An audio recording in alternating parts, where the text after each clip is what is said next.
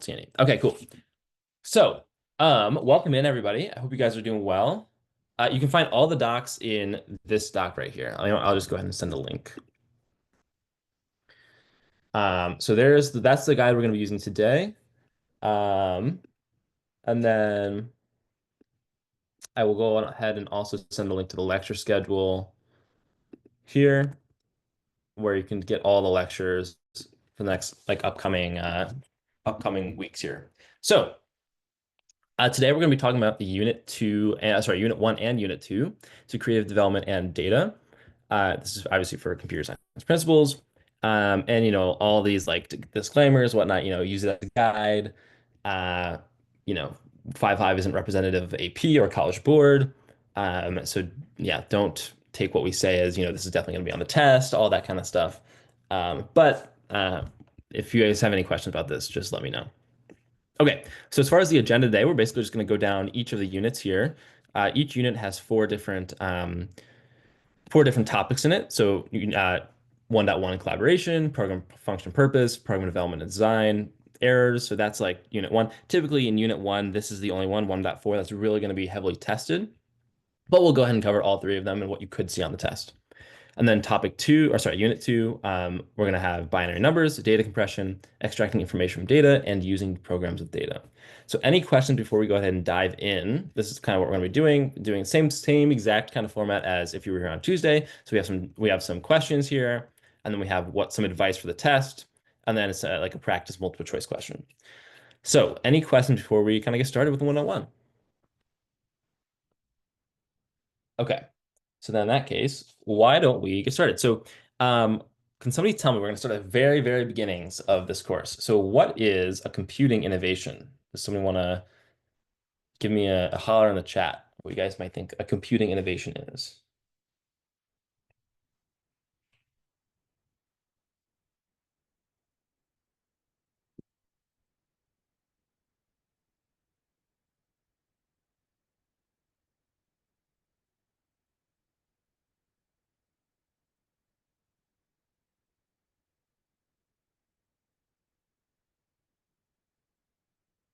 Something involving computers and innovation. Okay, yes, absolutely. A structure of code, perfect. I'm better at picking from multiple choice. No worries, no worries. So basically how this is going to work is we're going to kind of go through some kind of basic examples or questions from the CED kind of thing, just so you guys know for sure what you could see. And then we'll do some practice multiple choice. The innovation things relating to computer things, absolutely. Anything that uses a program. Yeah, so basically, um, computing innovations are just something that allows us to solve a problem or pursue interests through creative expression, but using computers, if that makes sense. So we can kind of include a program in a computing innovation that allows us to solve problems or yeah, pursue like art, if that makes sense.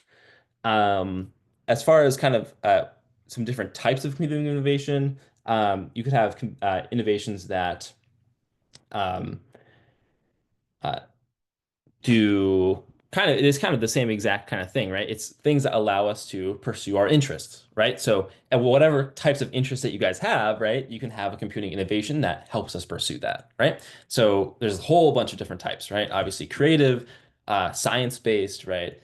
Um, Solving kind of math problems, that kind of thing.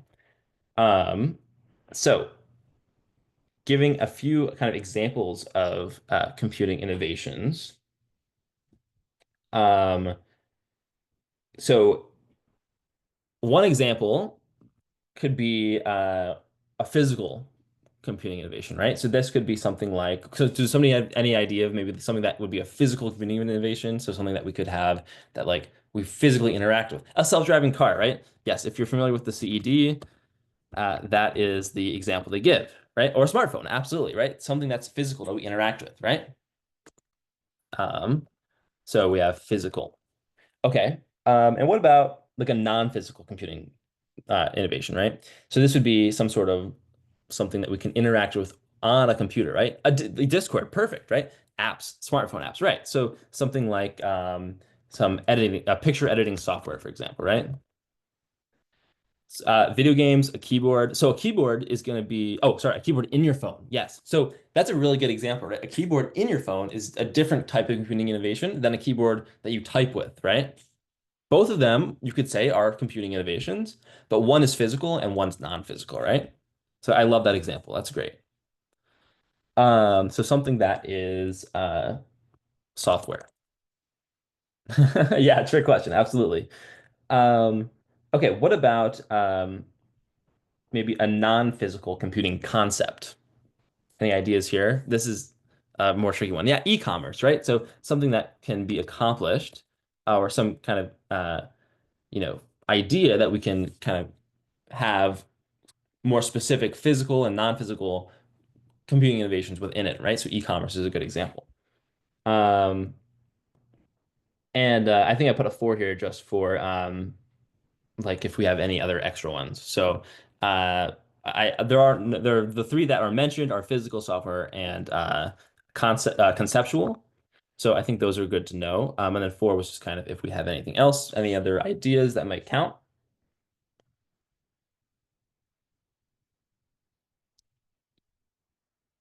Okay, no worries. If we have any other, we can come back to it.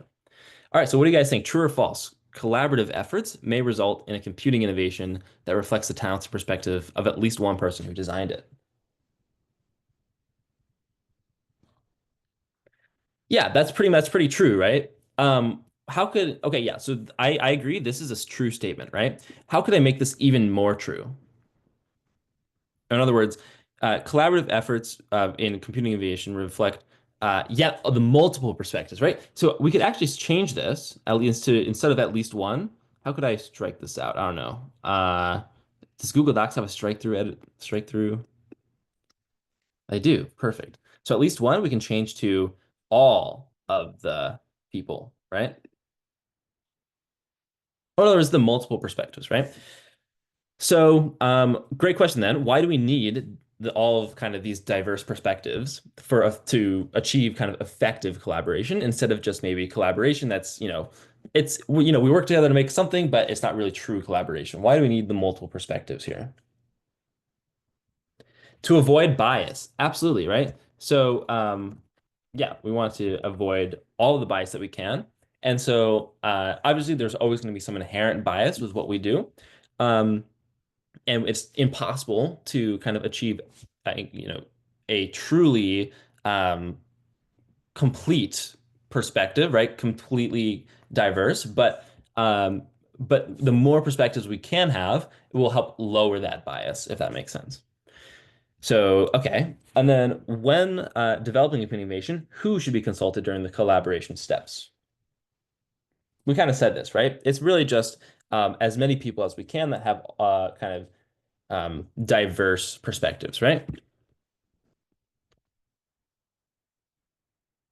Diverse perspectives. And as far as consulting with the users of our computer innovations, why do you guys think it's important to consult with them?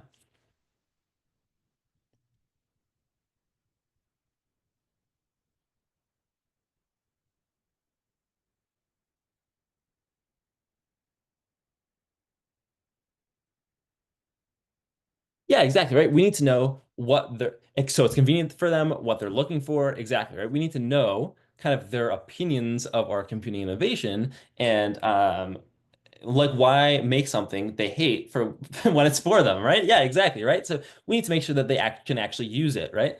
Oh, whoa, the sick burn here. It's like making Discord with no dark mode.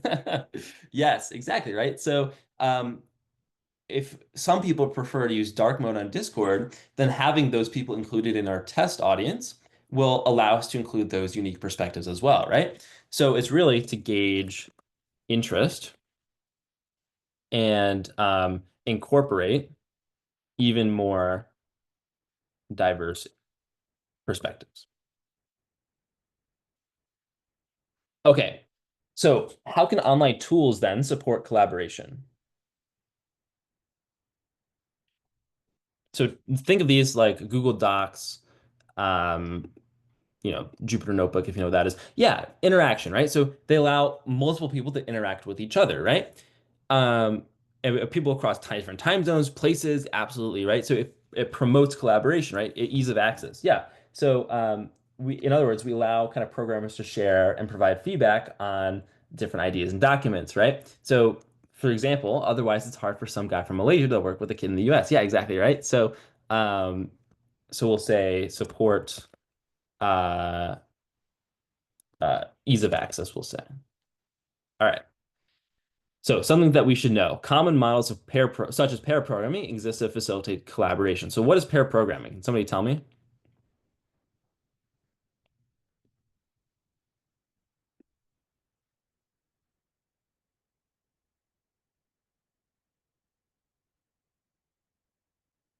Yeah, we program together, right? So if we pair up two people programming to create one piece of code, exactly, right? So if we can pair together, then that is one way to help incorporate a whole nother perspective, right? And then actually, incorporates when we kind of when, instead of just working by ourselves, instead we have somebody else doing 50% of the work with us, then that 50% of the work is going to be done by a new perspective, right? So all we're doing is creating then another kind of opinion that we can get, right?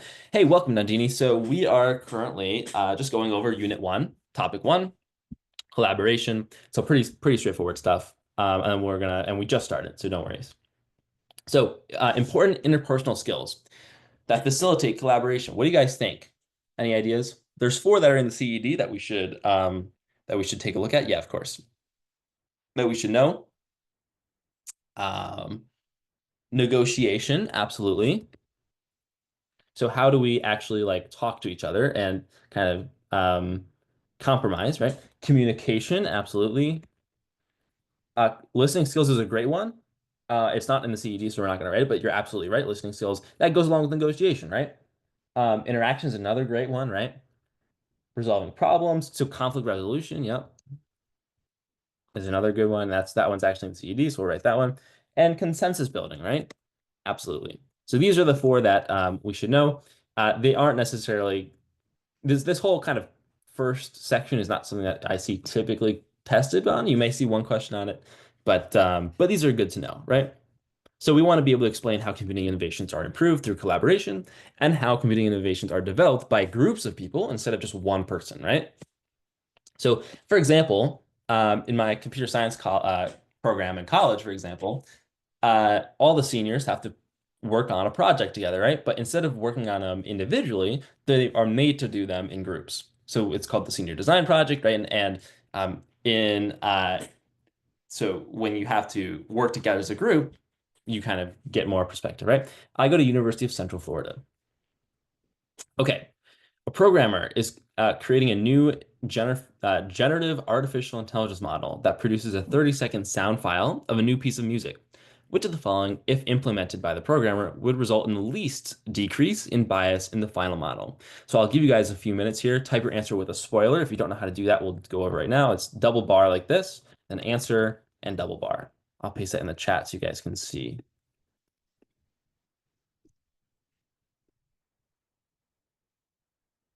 And you see it creates a spoiler. You can also highlight your message and click the spoiler option. It's a little I think.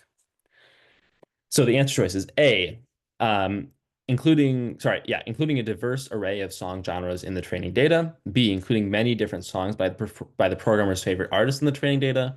C, inviting other programmers from around the world to participate in creating the model. Or D, inviting a group of users with different backgrounds to test the model when it's finished.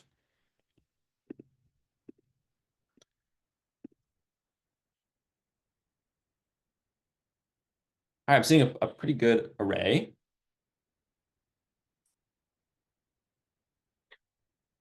No problem, Nate. Take your time.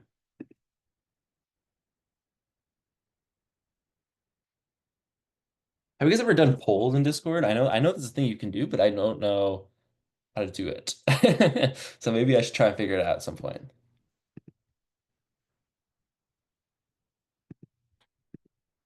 You know, polls. Is it like part of this game thing or like apps and commands or something? No, there you go. Appreciate that. Um, yeah, I know I want to show what people answer.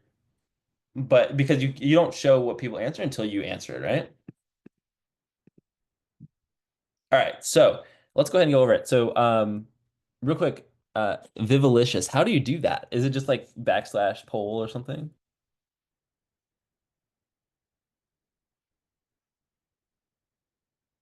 Plus sign.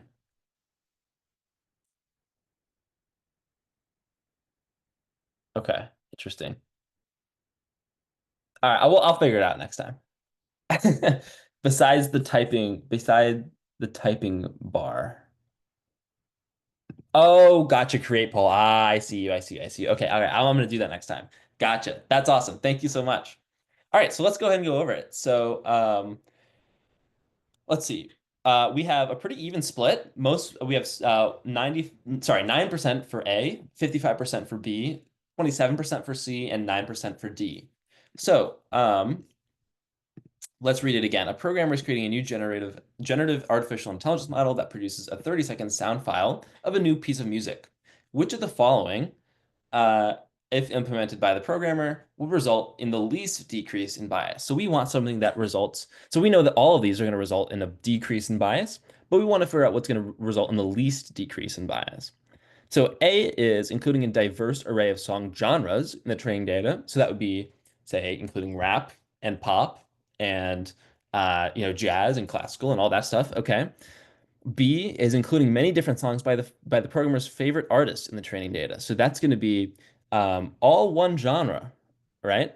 So that's pretty interesting to note. C is inviting other programmers from around the world to participate in creating the model. So that's going to be pretty much exactly what we're talking about with this kind of group programming, right? So instead of just having one person, that's exactly how we're going to get diverse perspectives for creating the model, right? So obviously the answer is now gotcha. No worries. So D then is, of course, inviting group. This is basically what we talked about with testing the model, right? So that's this one right here, right? Who will use the computing innovation? So of course, we all now can realize that it's B, right? The reason why it's B is because um, B is the only one that's saying kind of only one song, right? It's only one song genre, whereas this one is obviously a diverse array of song genres, right? So any questions with how that one is going to end up being B here? So all we're doing is looking for the thing that results in the least amount of bias, decrease in bias, I should say. Okay, so real quick, some test taking tips here. It seems like a lot of us got tripped up with this least decrease in bias, right?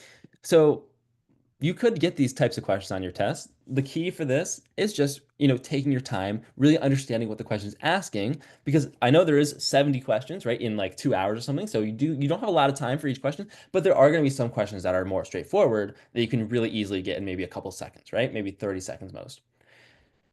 The tricks you to focus on it. Ah, gotcha. Yeah. Um, but that would maybe be something to kind of take a look out for, right? Or kind of plan for on the test. I think it's 2 hours for 70 questions, but I could be wrong. I didn't look very recently, but all right, so let's go on to 1.2. So we have program, function, and purpose. So, and we can kind of take our, I do have a lot of questions for these, so we can really kind of skim through them. Um, but is that less? I think that's right. All right, so what's the purpose of a computing innovation? So we kind of already said this, right? This is really just to solve problems or pursue interest through creative expression. It's kind of the same exact thing as before. Um, I do kind of want to get through basically kind of a brief overview of each of the kind of subtopics before we get to the kind of multiple choice questions, just that we really know what we're doing, right? And then we'll definitely go through all of the multiple choice questions, so don't worry. This will be closer to 1.5 to 2 hours, yeah. All right, so an understanding with a purpose of a computing innovation provides developers with what? Well, I would say, and this is going to be taken basically straight from the CED, so we can say with, and actually I'll put it in red here, an increased an increased ability to develop that computing innovation. So in other words, if we understand the purpose of the innovation, we'll be able to develop it more easily, right? Seems pretty straightforward, right? So what is a program or software? We kind of mentioned this in the beginning as well. Somebody have any ideas?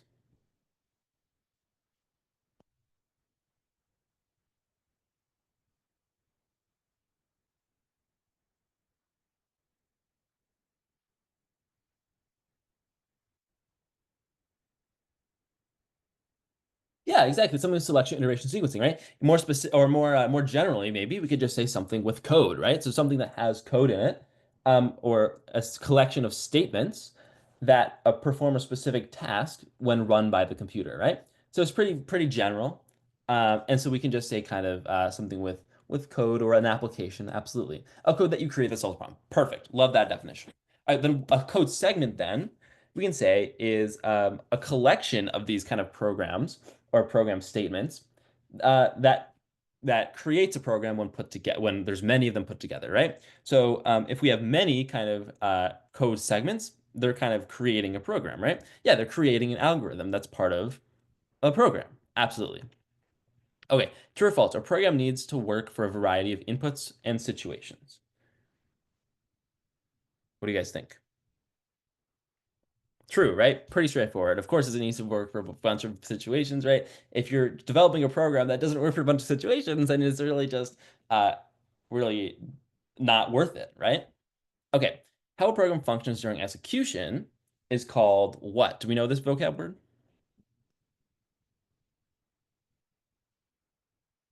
No worries. If you thought it was false, it's not a problem. Really, the reason why it needs to work for a bunch of um, inputs and situations is so that it can be widely applicable, right? Just so that there's many use cases for it, right? What if the program only accepts one or two inputs or something? So if the program only accepts one or two inputs, then we can say that it's really a more specific use case, right? It's not necessarily that it's a bad program, but it's but a widely applicable program or something that's going to be really used in the real world is going to be more widely applicable, right? And does it do different things based on the only two inputs uh, yeah, so I would still consider that a program, right? Because it has a variety. It's more than one input, right? Um, does that answer the question? All right, so this vocab word. You guys were close. It's called the behavior of the program. So describing a program broadly then can be caused or that can be done by really what it does in general, right? We'll say what is done in general. Describing a program in detail then can be done by describing both what it is, done in general, but then also how it's done, right? How it's done specifically within your code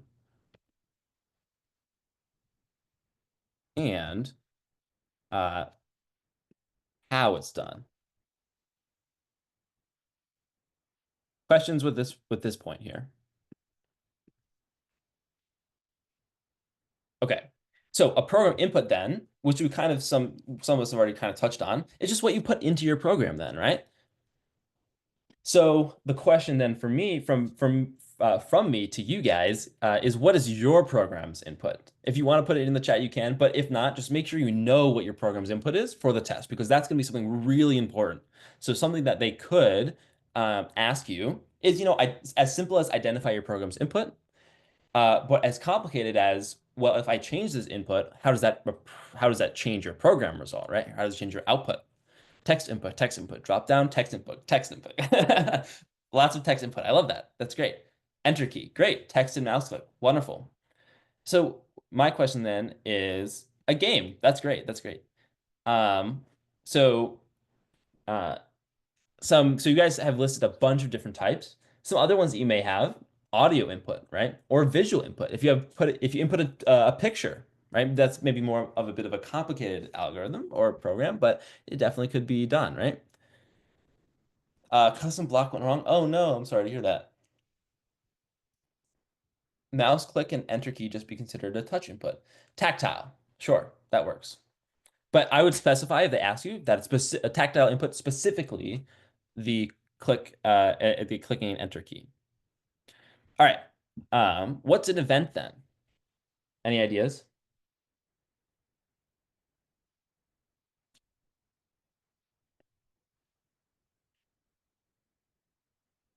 Not necessarily output. The output may be different. The trigger of the input. Yeah, so something that happens in the result as a result of your input, right? So something inside of your algorithm or inside of your program that's triggered because of something that you did for your input, right? So that's how they're generated then. So inputs usually affect the output produced by a program. What do you guys think? True or false? If they ask me what is, yes, this is true. Nice. Yes, absolutely, guys. Well done. If they ask what is the first second call, then what would I say? If my custom block should have been, but I created two different. Uh, can you specify what you mean by that, Vivalicious? And I'll definitely be able to help you. So event-driven programming then, pretty simple.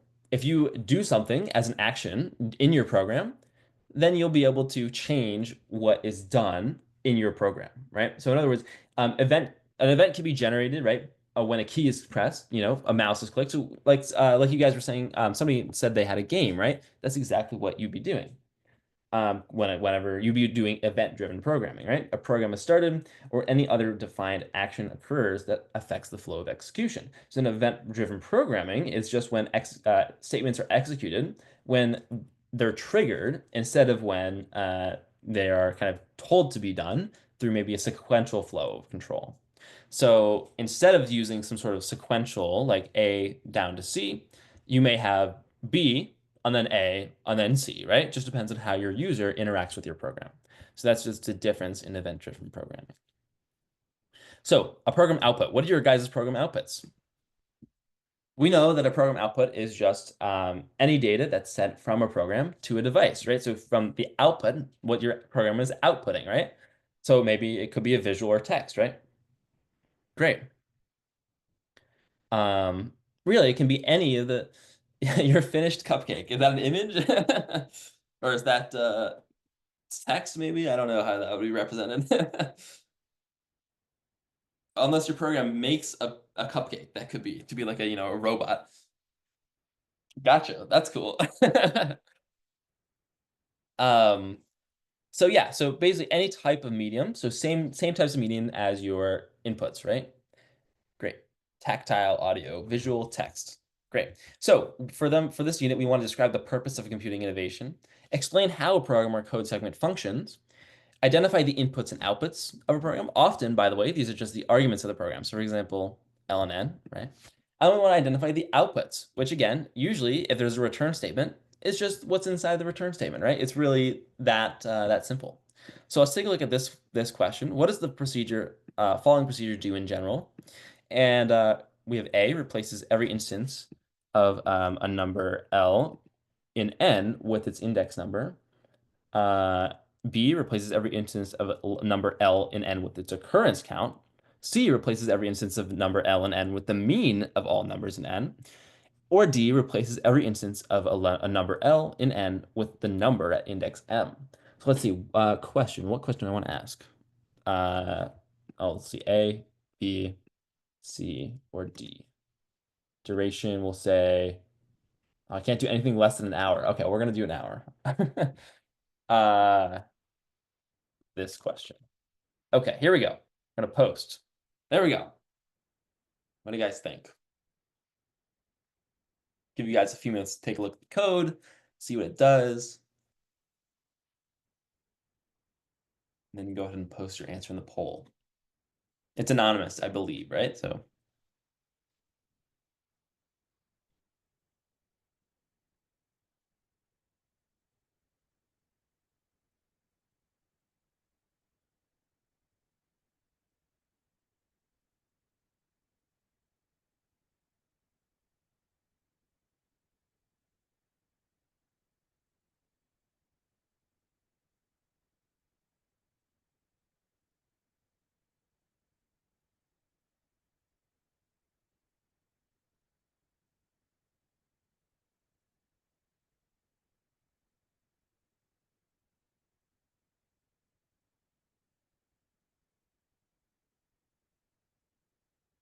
all right. So, um, you guys are still welcome to put your answer in the chat or in the poll. But it looks like a clear winner is kind of being emerged. So that would be B, and that is the correct answer. But let's go over, we have A and D being some answers as well. So let's go over all of them and just see. Actually, I think maybe it'd be worth just seeing what this procedure will do in general, right? And then we can see what if that matches one of the answer choices. So we have procedure foo here, which takes an L and N. And so it looks like for each num and n, so n is going to be some sort of list, right? So we declare m is 0, and then we go and say for each num in n, if num equals L. So let's say n was 1, 2, 3, 4, right? And L, say, was 3, right? So num is gonna this for loop is gonna keep going until it hits the if statement to be true, right? And this if statement, num equals L, is gonna be true when we hit num is and actually maybe for this let's do 11, 12, 22, 33, and 44, just so that we kind of get a clearer picture here. So we see that num is gonna be 33 then, right? Sorry, yes. I know this is L. It just looks weird, right? In this font. So anyways, 33 is going to be num, and we're going to go inside this if statement, right? Because we hit that number. So m is going to increase from 0 to 1, right? And we'll go ahead and then replace num with m, which is 1 here, right? And so we see that it's going to replace every instance of a number L in n with its occurrence count. So occurrence count just means that every time we get one, we're going to increase the occurrence by 1 and replace it with that number. As far as the other ones, replaces with its index number. Well, we see that's not true, right? Because we would have expected to be increasing m in every iteration here, right? So for example, if we had m equals m plus 1, then we could say that A is going to be true, right? Because if we get rid of this, then we see that we're increasing M on each iteration instead of each time we find one, right? Okay, how about D? With the replaces L with a number at index M. Well, if we did that, we would expect to see, instead of num equals M, we would expect to see what? Can somebody tell me what we would expect to see? Num equals what?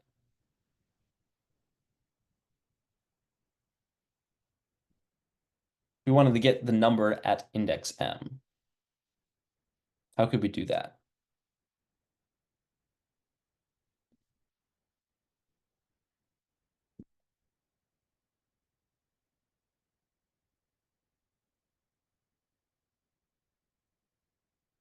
Not sure? No worries, no worries. So, let me ask you this. How would we access a number or any element of a list? How do we access an element of a list? Given an index number, like the index number m, how do we access a list? Item X of list. Yes, absolutely. But there's a specific kind of notation that we should be familiar with for the AP exam on how they like to do this. Anybody have any ideas? Yes, so it's a bracket, right? So for example, in our list called n, we would have to do n, then bracket m, right? Because this then would access the list n at index m.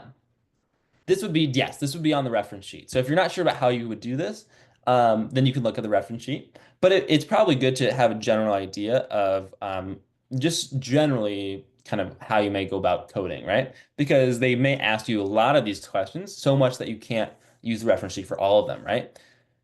Yes, you will get a reference sheet on the test, and you'll have a bunch of stuff on that. So it's not a problem if you're not sure right now. So anyways, we would expect that to be the case if we were doing accessing the number at index m. Okay, so let's go ahead and move on. Any questions with this example here? What happens to the L again? No worries, no worries. So L um, is given to us. And essentially, this if statement is looking to see if the number that we're at, right? Because this is the index of iteration is what we call it, right? This is the index that's being iterated through throughout the list, right? So num. So num is going to be a specific number at each iteration of that for loop, right? So what we can say then is if the number that we're at, so for example, let's say we're at this first iteration, right? If num equals the number that we're given, L, Then we'd want to do all this fancy M stuff, right? But in this case, that's not the case because we're given, say, L is 33 and N is not 33 here. So when is N going to be, sorry, when is num going to be 33? It's going to be 33 here, right? So L is what we're comparing against to see if we need to do any replacing here. Does that make sense? So all we're doing then with L is seeing if the number that we're at in our list is L to be able then to say, okay, well, we need to replace this number with, in this case, the recurrence count, 1. Cool? Perfect, perfect. Okay, so any other questions with this example here before we move on? Okay, let's do it then. 1.3, program design and development. So, oh, why can't it be A? So the reason why it's not A is because the index number, so for example, the index number of 33 here is what? What index is it in the list? 3, right? Absolutely, right? So in this case, though, M is going to be, when we hit 33, M is going to be 0 plus 1 is 1, and num equals then 1, right? So it's really replacing with the number of times it hits 33, right? If we wanted to increase it by the index count, we need to move this statement out here, right? And if we did that, then we would see that it would be increasing in every iteration of the list. M would be 2 because 1 appears as, gotcha, yeah. So 11, that's a good question. So Remedy says, why would M not be 2 here? Because it appears, 1 appears twice. And the reason is because, well, the only time that we're actually incrementing M is if we see that num, or the number that we're at is equal to this number. So 11 is not going to be treated the same as 1. So in other words, for the first iteration, 11 is not equal to M. Oh, sorry, 11 is not equal to 33, right? So it's actually, we're not even looking at M for the if statement, right? So we're actually looking at the index compared to the L, right? So 11 is not the same as 33. So there's no reason then that we need to actually increment M at all because we don't actually hit this if statement. Does that answer the question?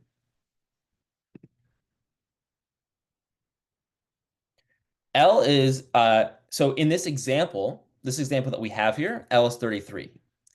But in general, L could be set to anything, right? L could be set to some number that is inside of your N list. Great, you got it perfect. No worries. So let's go to 1.3 then, program design and development. So the following phases are typically used when developing a program. We have investigating, reflecting, designing, prototyping, and anybody know the last one?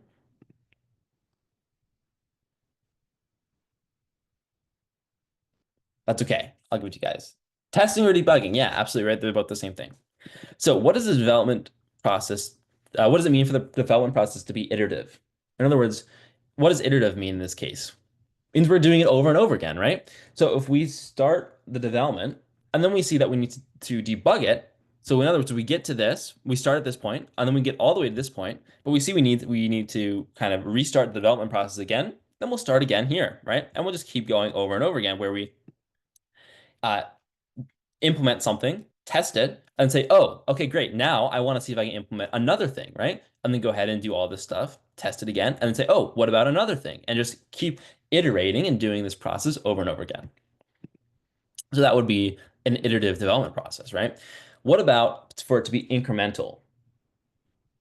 So incremental is pretty similar, except instead of doing it over and over again, right? Cycling, instead, we think about it that we're kind of breaking down the whole process into smaller increments, right? So once we do one increment of a development, then we move on to another increment in development, and then another one, and eventually we bring them all together.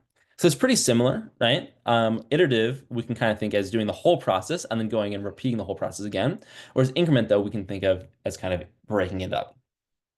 So why do we need to perform investigation for a program's design? So, the reason why do you guys think we need to do some sort of investigation to see how we want to design our program?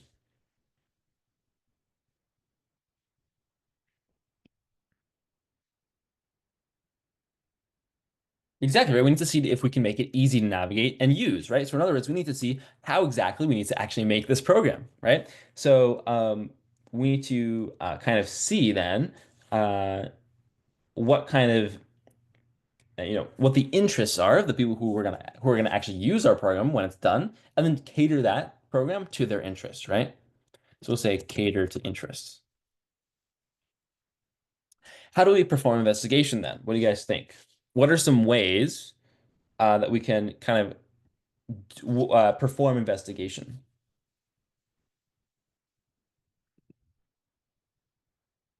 So I'll give you guys some examples here. We could collect data through surveys, right? What other ways could we do that? Or collect, in other words, what other ways could we collect data, right? That's really what this question is asking.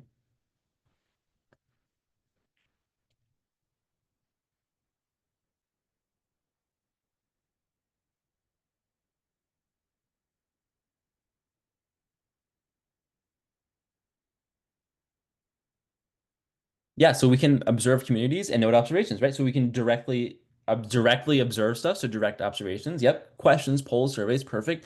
Asking people to test for absolutely. We can do user testing, right? That's a big one, right? Absolutely. And we can interview people, right? We can just straight up communicate with people what they want. So those are the four ones that are in the CED. You guys nailed it. Perfect. So program requirements.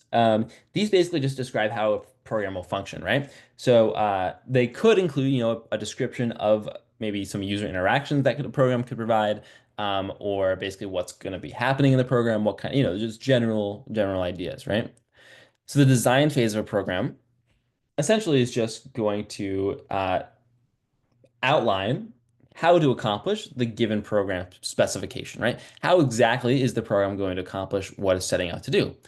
And which so as far as which phase of the development program includes these, well, we're kind of talking about the design phase, right? So it's I'll give you a hint, it's the design phase. So that's the answer. But all these things are types of ways that you could go about designing your program, right? Brainstorming, planning, organizing, all that kind of stuff, right? All right, so program documentation is a big one. So any ideas about what program documentation could be?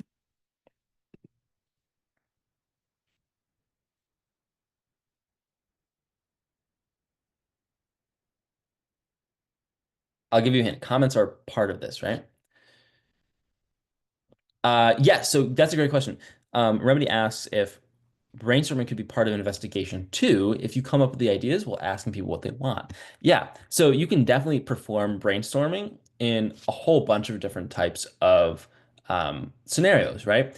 Uh, Brainstorming as far as how to investigate something is perfectly valid, right? But I think what this brainstorming is kind of leaning towards is brainstorming what your code or what your program is going to um, try to accomplish, right? Or how you're going to accomplish your goals, right? Writing comments. Yeah. So program documentation is recording your process of thinking in the scientific method design process. Yeah. So basically, you're exactly right, right? So all this program documentation is saying is some written description of the event of a code segment, right? Like how did you make this? What your source is used for? What's it for? Exactly. So you can do all of that within comments in your code, right? So hopefully you guys have kind of documented your process and whatnot in code, sorry, in your comments in your create task. And that's kind of how you're going to be evaluated on this kind of stuff. So true or false? If a programming environment does not support comments, we should simply proceed without them. Is that true or false, you guys think? No, obviously it's false, right? Pretty common sense here, right? But hey, there's going to be a lot of kind of common sense questions, hopefully, on your test.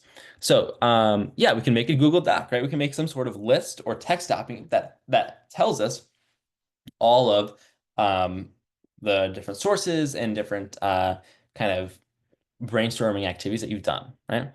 True or false? We should always acknowledge any code segments that were developed by another source, including collaborations. True, right? Yeah, so this is something that is going to be true. So, how then do we do that? Well, we can acknowledge them straight away through comments, or we can do that through a separate document, right? So that's exactly then what acknowledgement should include. That would be kind of the origin of what you're kind of using, and then the original author's name, kind of the dates that you've accessed them, right? Pretty straightforward stuff if you've taken an English class. pretty similar, right? If you're citing your sources, same idea. So for the test, we want to be able to develop a program using development process, which you guys have done already. So congratulations, check that one off the list. Design a program and its user interface. Basically, you've done most of these, hopefully, in your create task. But the multiple choice questions could ask about the development process of, say, somebody developing a program. Speaking of which, let's take a look at this question. So Jared is developing a program for his school's library to track books that are checked in and out. Which of the following would not be useful for Jared to do while his program's in development? So we'll say question A, B, C, or D. So question A, choice A is checking out a book to see how the current program can be improved. B is devising a plan to pilot the program with the librarian checking out books in the next month. C is brainstorming how different users will experience the program, for example, the librarian and students. Or D is reading a book from the library to draw inspiration for the user interface for the program.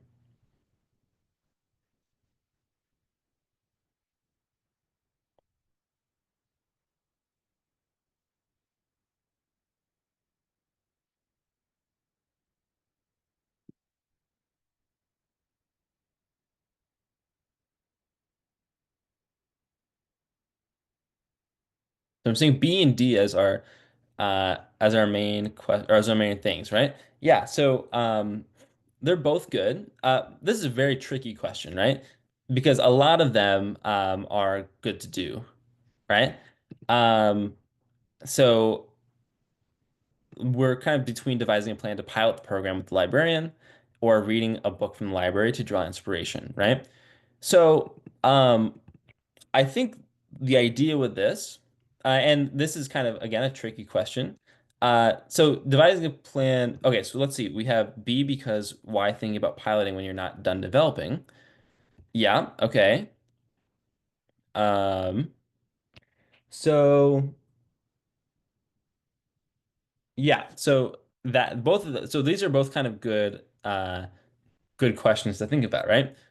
I think the correct answer that I had in mind was D, was because when you're reading a book from the library, that's great, but that's not exactly what you're going to be using to draw inspiration, right? So you want to be, instead of kind of reading a book, you could talk about this kind of thing with users, right? You want to see what your users want, right? So whether that be the library who's checking them out, doesn't matter, right? Uh, B is okay. No, no, don't get discouraged, y'all. B is not a bad option to pick. It's kind of the tricky one, right? Um, the reason why you're thinking about this is because uh, we always want to be thinking about our end users, right? So this is something um, that could happen, that you could do to look and get advice or um, get input from your end users, right? Yes, these are the type of tricky questions that you could see on um, yeah, exactly. The CED basically says we need to look at our users, right? And see what they're going to think about, right? So again, tricky question, but I would go D here. Yes. All right. So let's look at the errors. Any questions, by the way, with this one? This multiple choice before we move on to 1.4. Okay, so the idea is instead of using a book to draw inspiration for your end user, we want to actually interview the users, right? That's the idea with this one. So a book isn't an inherently bad idea, but we want to, that's some resource that you could use, but maybe kind of looking at or interviewing your direct users is the better option here. Are there free responses that are going to be regarding the create test? No. Nope. You're going to be only asked about your create task, essentially, if I remember correctly. Yeah. So while he's in development, um, yes, yeah, you guys are getting it. Absolutely. Yep. No worries, no worries. Again, tricky question. Uh, Don't judge don't I would say don't judge your abilities or anything just by one question. Obviously, take many practice questions, many practice tests, right? To and get lots of data, right? That's something that we learn in CSP is that we need to get lots of data for it to be accurate instead of just one data sample point, right? So let's take a look at 1.4 then. So can somebody tell me a logic error? What really that is saying?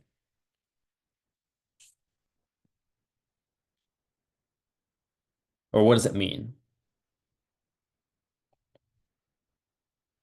Yeah, so when something in the code does not make sense. Yes, it behaves wrong, but there's no real error. That's a perfect explanation, right? So we have behavior is incorrect. So in other words, it produces an output, but its behavior is not how it's expected to work, right? So what about, and actually, why don't we do a column at a time? Um, so there's no real notes for this other than we'll say it's not a real error. And what I mean by that is you're not going to actually get flagged by your program to say, oh, the program doesn't compile or something, right? It doesn't produce any output at all. It still will produce an output, right? We'll say still produce an output, but it won't be correct. Okay, an example of this then. Um, so the code works, but not just in the way exactly. That's exactly it, Nandini. Yeah, perfect. You put 1 + 1 = 3 in the code. Sure, exactly, right? If you input an incorrect piece of logic, that's what's going to be given. Division by zero is not actually a logic error. So that's going to be a runtime error, and we'll see why when we get there.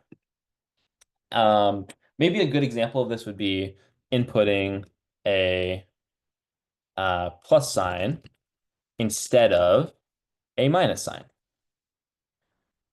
So just something that's still going to give you an answer in your code, right? It's just going to be uh, a different answer than what you're expecting. So in other words, division by zero is something that you straight up cannot do, right? That's mathematically impossible. So the code will have to actually stop and say, nope, I can't do that. Clicking on the bird makes a cow sound. That's a perfect example of a logic error. Yes, logic errors are small mistakes that are during programming that don't actually cause the program to crash, right? But they still give you a mistake uh, that is not something that is intended for the program to happen. Okay, so um, let's take a look at the syntax error then. So what is a syntax error? Any ideas?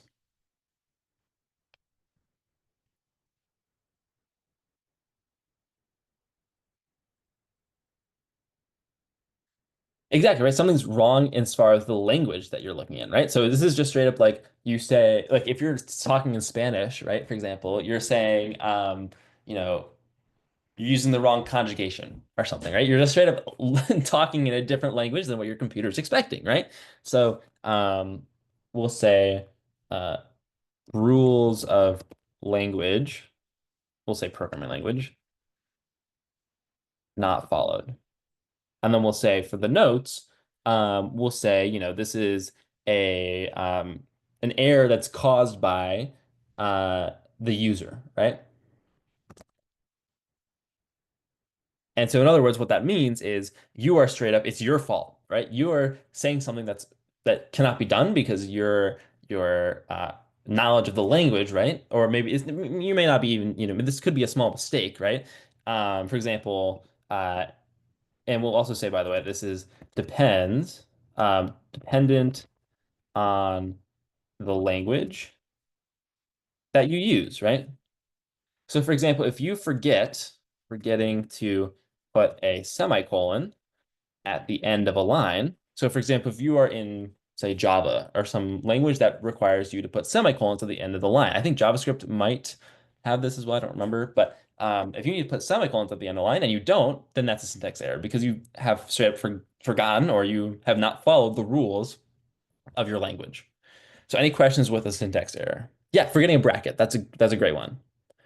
Not adhering to the grammar rules of the language. Yep. Am I speaking? Yes, I am speaking. Can you not hear me? Typos, minor mistakes, absolutely. Yes, so not snapping like if you're like in Scratch, no worries, Nandini. If you're in Scratch, then yeah, like not actually snapping the blocks together, for example. I don't remember exactly how Scratch works, but I think that's yeah. All right, so runtime errors then. A runtime error is basically just a mistake in the program that happens at the time of execution, right? So runtime error would be takes too long to run. Yeah, so like an infinite loop, for example, right? Or a divide by zero, or something that is not going to be caught at before trying to run your program or compile your program is what we call it. So we can say it's going to be a mistake uh, happens at the uh, run. We'll say happens while running your program. Runtime error would be takes too long to run. An undecidable problem, yeah. So if you try to if you try to run an algorithm on some sort of undecidable problem, that's going to take too long to run and cause runtime error, right? So we'll say infinite loops are forever loops are. Um, so here's what I'm saying, Remedy, right? So a forever loop or an infinite loop, you will almost always be able to, run. It's just that you're never going to be able to, the program is never going to stop on its own. You see what I'm saying? So you have to make it stop in order to have it stop. So that would be an example of a runtime error. A division by zero. Now, okay, here's the difference, right? Some languages will automatically stop a division by zero. That still means, though, it's a runtime error because you could still like the you could still press play without any errors coming up, right? So if you can still press run on your program before you hit an error, that's what a runtime error means. So we'll say be you able to press run. Yeah, so for example, while one is greater than zero, that's just going to be one example of an infinite loop. But here's the thing, right? Infinite loops are another example of a runtime error. So not all runtime errors are infinite loops, if that makes sense, but all infinite loops are runtime errors. So for example, a division by zero may actually stop and crash your program, right? So that's not going to be an infinite loop, right? Because your program has actually stopped because it's crashed. But because you were able to actually click run before it crashed, that still means it's a runtime error. Does that make sense to everybody? Is that any questions with that? That's what tends to trip people up a little bit.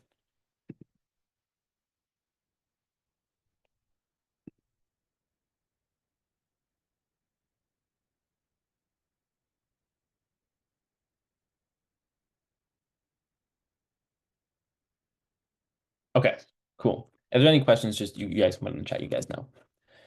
So an overflow error isn't divided by zero in infinite loop because on the back end, it's basically running for a loop of subtraction. So that's going to be dependent on your programming language, right? So for example, some programming languages, I think Java might be one of them, C might be one of them, will actually stop if it hits if it ever hits a case where it's trying to divide something by zero, and it just won't even do it, right? We call it catching an error, right? And so it's just going to say, oh, I've tried to hit a divide by zero, so we're going to actually just stop that right there and not even try, right? Some languages will actually try to divide by zero over and over and over again, but it's actually not going to be able to do that, which is what you're talking about, right? So it just depends, right? But either way, the idea is because we were able to actually start running without it coming up with some error for us and saying, oh, we can't actually run because there's a syntax error, for example, because we're actually able to start it, that means that it's a runtime error. Does that make sense?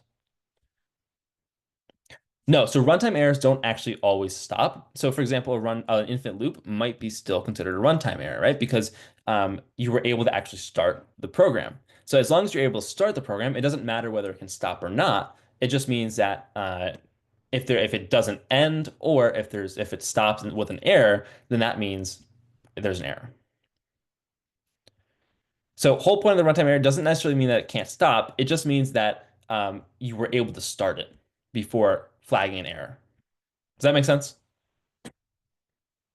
It's a little bit of a shift of like, oh, well, it's kind of weird to think about that, right? But the idea is just that you're able to actually press start. So if it's not an infinite loop, it can stop, but it's still okay. So if, for example, if there's no infinite loop, then say, for example, we have the case of dividing by zero, where if you try and divide by zero, then it's automatically flagged, right? And say, oh, you're trying to divide by zero, we're going to stop right there. You can't actually do that, right? So that would be an example of something that you know, would stop your program from running.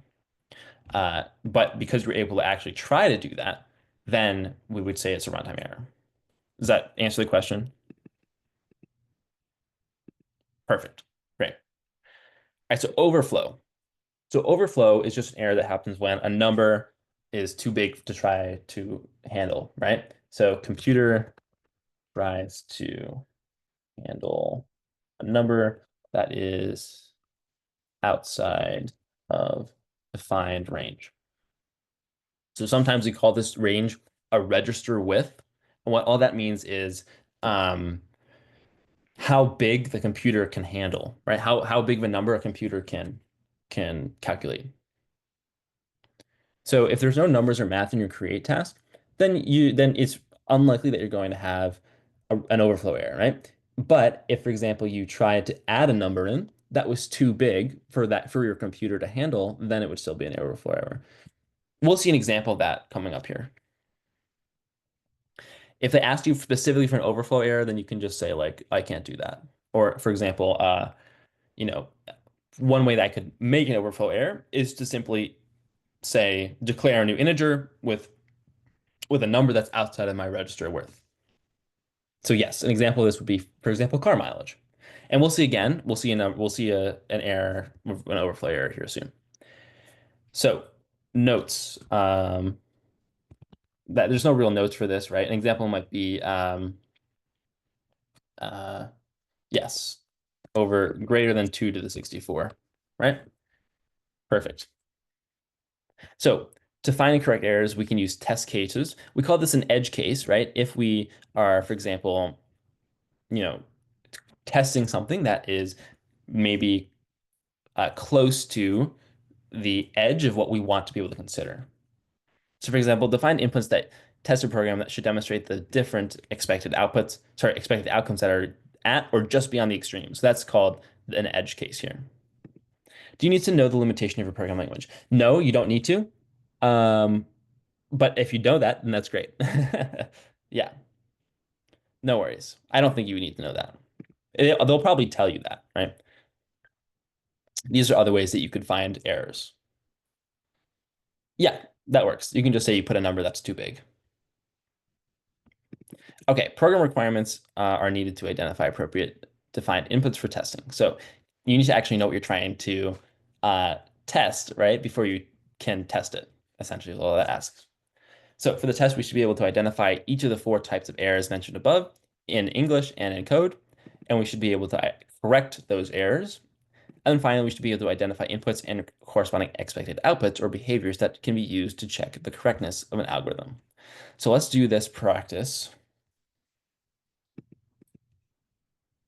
Do create poll. Question one, A, B, C, D. I believe this is select two, so I'll let you guys post, or I'll let you guys select those. So after a run is started on a smartwatch, so after a run is started on a smartwatch with a 16-bit register width, or in other words, um, this smartwatch can take a maximum number of 2 to the 16, right? An algorithm calculates the runner's step distance using the following formula. Which of the following scenarios would cause an error to occur in the program calculating the metric? We have A, the runner doesn't start a run. B, the runner starts a run but leaves the watch on the charger. C, the runner starts a run and then runs a marathon, which is 26.2 miles. Or D, the runner starts a run but doesn't finish it. So take a couple seconds here, see if you can figure out what the errors would be caused by.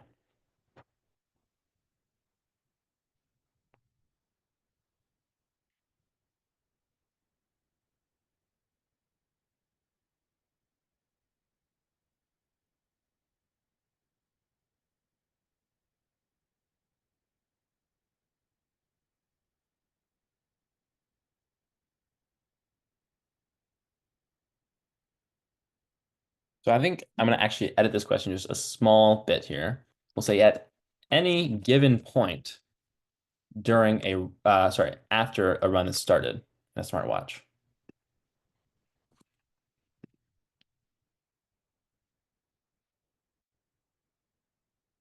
That's a good question. I just put be able to select two. So if you can't do that, it's not a big deal. Don't worry.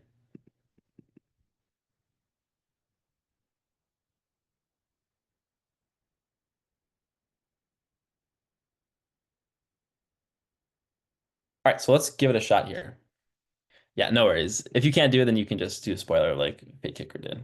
So it looks like we're pretty split between B, C, and D, right? So here, so okay, it looks like we're pretty clear with B as the answer, as one of the answers. So yeah, so if the runner leaves his watch on the charger, then what is this going to be doing, right? Well, what we're going to have is, if we leave this watch on the charger, then we see that he doesn't actually take any steps, right? So if there's no steps taken, then the total steps is going to be zero here, right?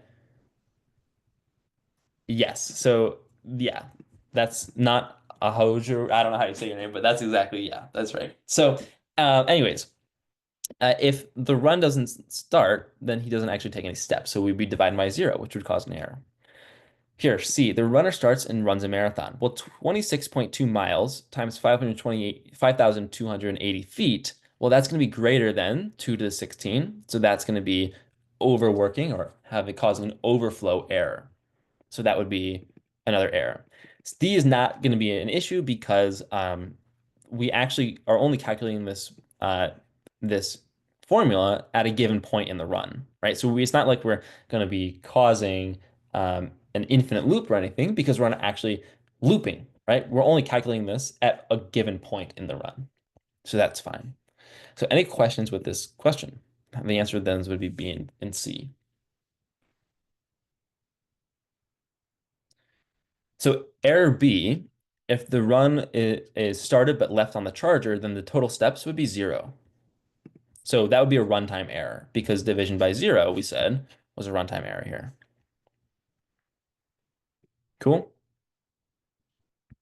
right, let's do this next one then. So the following algorithm is intended to replace the element at the last index of an array with a random number generated from a coin flip. The procedure doesn't work as intended. Which of the following changes can be made so that the procedure will work as intended? Create poll.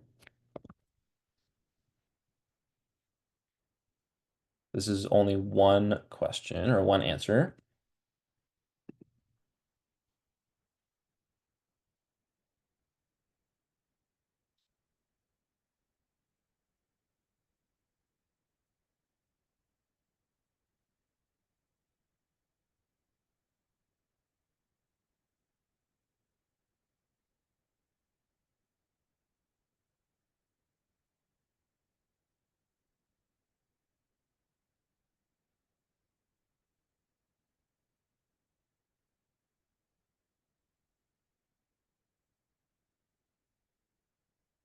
This is a bit of a tricky one.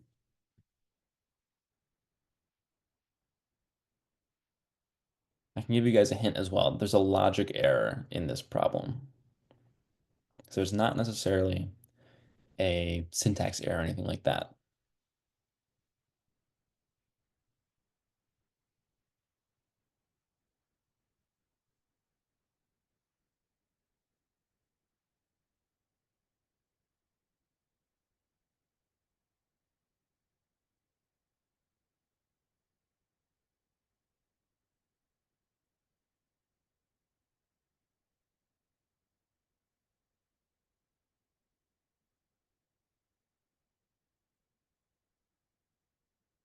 All right, so let's give it a shot here.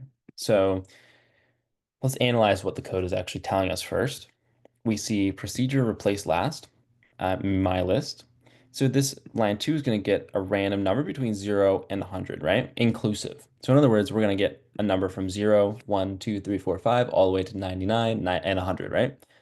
Then index, we're going to get the length of my list. So in other words, that's going to get the length of the list, right? Which we know is in the AP language, we know is going to be also equivalent to the last number of the list, right? Because we're starting at index one. So we'll go from one to the length. So then n mod 2 is 0, so in other words, if the number that we get from n is even, then we're going to replace my list index with 1. Else, we'll replace it with 0. So the most popular answer here was D, swapping the placements of line 5 and 7. But let me ask you guys a question. If we do this, right? If we swap them, this if statement stays the same, right? So the idea that line 4 is trying to do is have this line run 50% of the time, right? And so is it true that this line is going to run 50% of the time uh, if we swap this and this? Well, no, because that's just swapping what we're actually doing. So exactly, 0 is even, right? So if we go from 0 to 100, that's actually really going to be 51 out of 101, right? So A is going to change the length from length to length minus 1. So really, that's going to get the second to last element. So we wouldn't want A. But which one of these is going to which one of these two is going to correctly change the distribution to be exactly 50% of the time?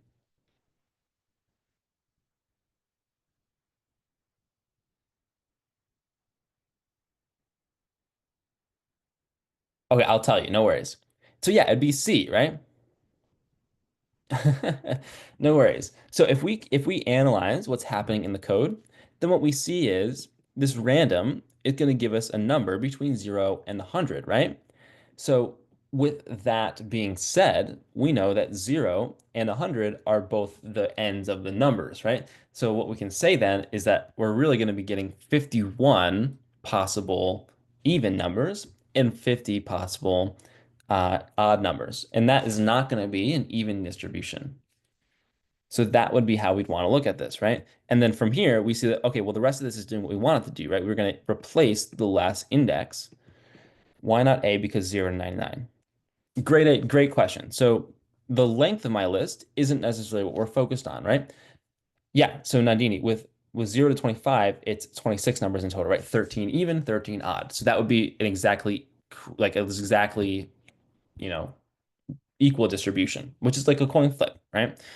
Whereas the where we're doing now is not going to be like that. So why is it not A? The reason why it's not A is because this is going to really change the index of our last element that we're looking for, right? So this, as it stands, for example, let's say we have this, right? 1, 2, 3, 4, 60, right? Here's our list. We want to change 60, the result of a coin flip, either 1 or 0. But um, as it stands right now, that's what it's doing, right? Length of my list is 1, 2, 3, 4, 5. And list 5 is 60. But if we did length minus 1 here, which is what A is trying to do, then that would really now be talking about the number 4, because length minus 1 is 4. And we see that 1, 2, 3, 4 is 4, right? So we'd be changing that number, which is not what we're trying to do, right? So that's why A is wrong. Do we see how that works? Does that answer the question about why it's not A? Because A is not even kind of checking the distribution, right? So this distribution, this random distribution is being determined by the line that determines n, right? This line is determining the index of where we're trying to access. So in this case, if we change this line, then really we're accessing a different index. But this index that we were trying to access is actually already what we wanted to do, right? We wanted to replace the last index. So we were actually correct without the minus 1 here. But instead, we're trying to figure out the distribution of this randomness is wrong, right? In order for it to be an accurate coin flip, we need to be from 0 to 25 here. So that would be, in other words, we need to be an equal number of even and odd numbers. 0 to 100 has more even numbers in it than odd. So that's why it's wrong. Cool?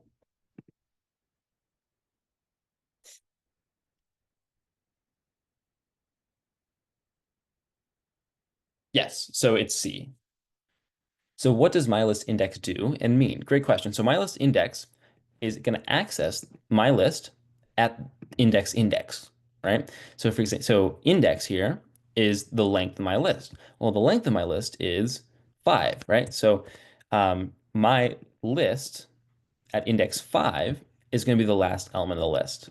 So really, this is going to replace the last element of the list with 1.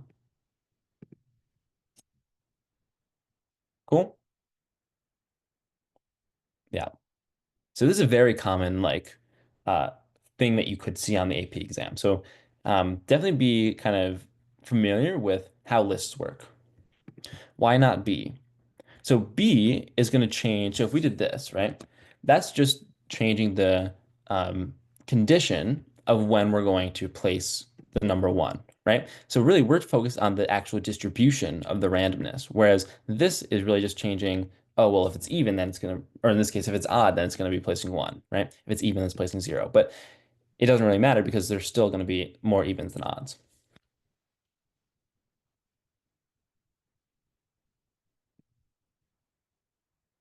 What is line 5 doing? No worries. So line 5 is going to be replacing. Exactly. It doesn't solve the 50-50 issue, which arises from line 2, right? Line 5 is replacing is replacing the last element with the result of the coin flip. But we can't, replace the last element with the result of the coin flip before we know what that coin flip results from, right? What that distribution is, right? And so this distribution is skewed right now to be more even than odd because of this 0 and 100 being in here. So if we change that to an equal distribution of evens and odds, then we see that this will work to be more of an even distribution, which is what the logic error is.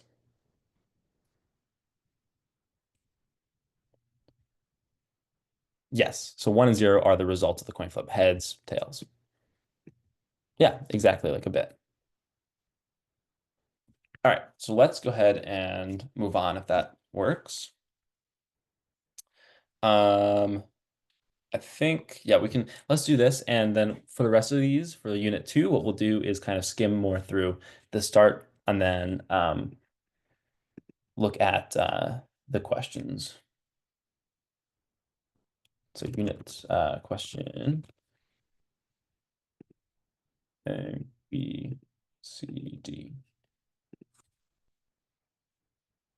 So a restaurant has a list of data that details the exact amount of time for all 100 dishes to reach the table after they were inputted into the point of sale system. Currently, the list of times is in seconds. Also, some dishes were not recorded, and these were marked with a 0. The manager wants to get the average times of all dishes that were recorded. Um, review the algorithm that has been proposed to convert the data. Uh,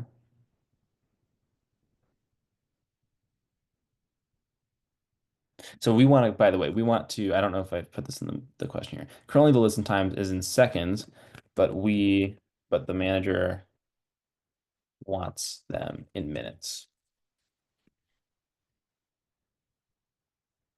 So the first step then would be to iterate through the list of data, divide each number by 60 to convert to minutes. And then step 2 should be initialize a variable called average to 0. Step 3, then iterate through the list of data again. For each number, add to average the results of the element divided by 100. And then 4, return the number average. So which error exists here? Great. Yeah, it looks like we're all getting it. So D is the overwhelming majority here, and that's correct. It is a logic error because why? What's the logic error here?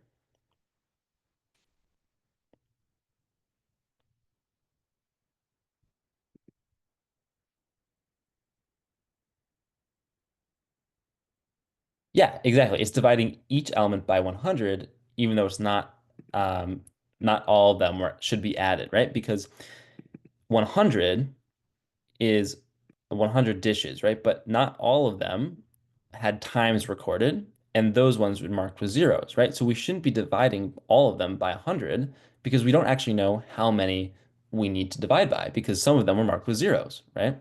So that's going to be our logic error here. So there is some dividing here, right? But it's never going to be divided by 0, which would be the runtime. So it's really going to be logic. Exactly. We only want to divide by dishes that have times. That's exactly right. So improving code tracing. So that's going to be something just to go through as much practice with code questions as you can, if that makes sense. That's really the best way to do that. So let's skip most of these. We'll pick out a bit of them. So um, I think the first one that we should do is what's the difference between analog and digital data? Someone want to tell me that?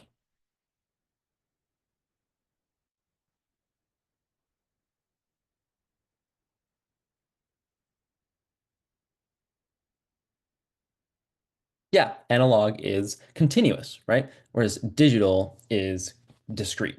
That's exactly right. And what's a sampling technique then? And how can we approximate analog data using sampling techniques? Yeah, it's digital is broken into chunks, right? So we can chunk out little bits of the analog data and have take representative sample of that data to get a big picture idea, right? Of the of that data. Exactly. Yeah, it takes the analog data at intervals and connects the digital data made at the intervals. Yep, perfect. Okay, then as far as converting from binary to decimal, how do we do that? So let's take a look. What would be an example? So an example of analog data would be like a picture, right? Or maybe sound waves, right? A song. You see what I'm saying? Or like a dial, for example, right? On like a radio, right? So a radio dial is actually a really good example, right? Because if you're as you're kind of scrolling the dial, you're getting um, little, you're the radio is changing between um, stations at discrete intervals, right? Whereas the analog data is really you turning the dial, right? You're turning it continuously, but the stations are registering at specific intervals. So that's a great example of converting an analog piece of data, which is you turning the dial, to discrete intervals, which are the radio stations. Does that make sense? Great. So then, okay, converting 1010 to to decimal. How do we do that?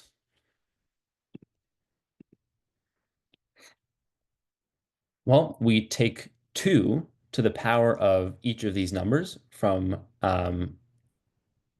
yeah, so exactly. So the first one is going to be 1. So 2 to the 0 is 1. 2 to the 2, sorry, 2 to the 1 is 2. 2 to the 2 is 4, and 2 to the 3 is 8, right? And from there we just add the ones that are on, or the ones that are set to 1. So 2 to the 1 is 2, and 2 to the 3 was 8. So 8 plus 2 is 10. So that is going to be the number 10.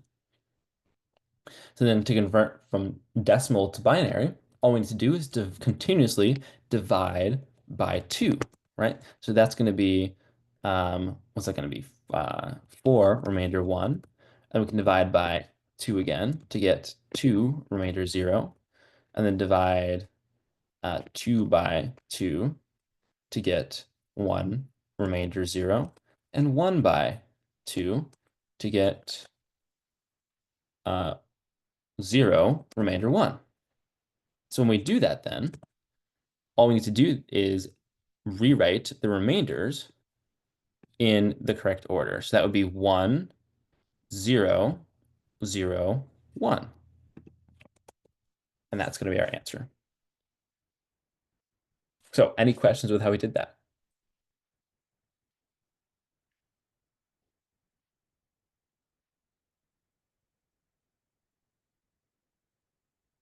Yes. So when we do this, we want to write get our numbers or remainders from right to left. Yes. Yep. It's right from right to left, right to left. Sorry. Yes. Yeah. Typically, I do it going down the page, right? And then do them from bottom up. But you could also do it from right to left as well, like we did here. So these are what we want to be able to do. And we can go ahead and go to this question here. So why don't we do both of these and you guys can put your answers in spoilers. So we can do two at once. So each student who enrolls at a school is assigned a unique ID number stored in binary. The school assigns IDs by doubling the previous student's ID number. If the last assigned number was that, then what is the binary number that will be assigned to the next student? And then the next question is colors are represented digitally using a process by which an image is divided into discrete points called pixels. Each pixel is then assigned a color value based on the RGB color model, whereby a pixel is determined to be close to a certain combination of 256 shades of red, 256 shades of green, and blue. So this process describes one example of what? So I'll leave it to you guys. You guys can put your answers in spoilers for both questions here.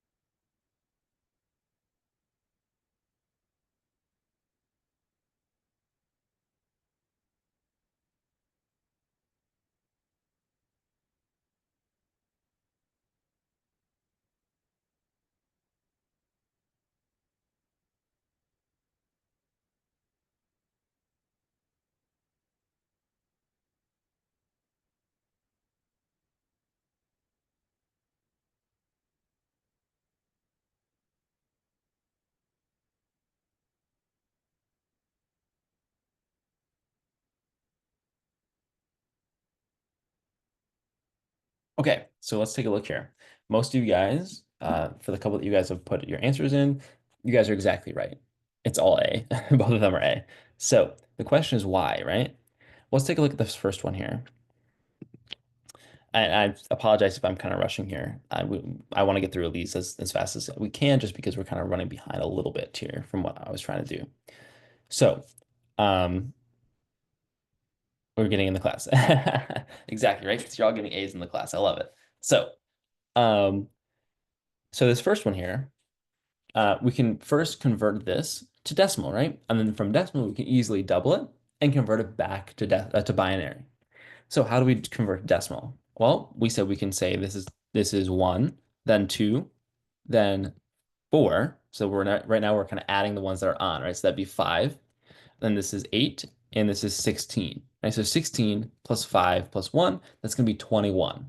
From there, then we can double that to get 42 and convert that back to binary by doing our whole dividing thing, right? So we have 42 divided by 2 is what? What is that? Like 20, let's see here, 21, right? That's exactly what we just did. So that's gonna be 21 remainder 0. And then 21 divided by 2 is, what's that going to be here? It's going to be 10, remainder 1. 10 divided by 2 is 5, remainder 0. 5 divided by 2 is, what's that? 2, I believe, remainder 1.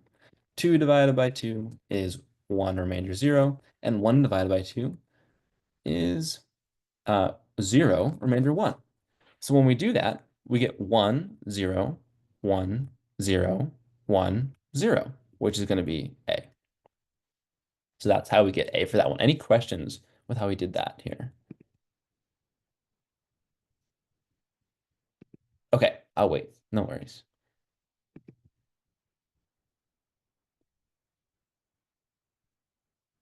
So A, okay, no worries, no worries. I'll go again. Don't worry, don't worry.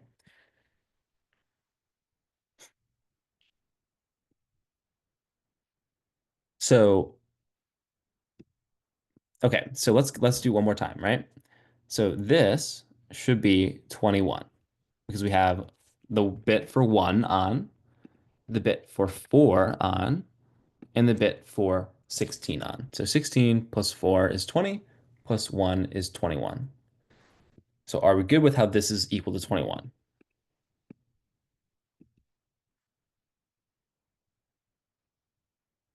Any questions with that? Okay. So if that is equal to 21. Okay, cool, cool, cool. Okay, cool. No worries. So from there, we said that we're going to double that ID number, right? So if the last one was 21, then we want to find the next one, which is double that. So that's going to be 42, right? So what that means then is we can say 42, and we just need to convert this now back to binary. And how we did that for this example here was to divide by 2 repeatedly and then get the remainders from right to left, right? So that's all we're going to do here. 42 divided by 2 is 21, where the remainder is 0. 21 divided by 2 is 10, remainder 1. And we see how we're doing this the whole way down. So any questions with the process by doing that?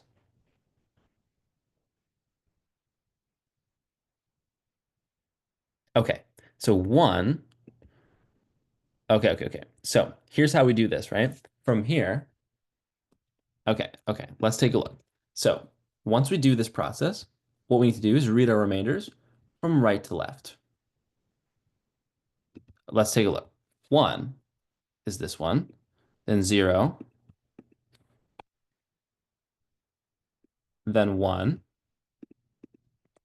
then 0, then 1, then 0, right? And so what we'd see then is that this number shows up right here, right?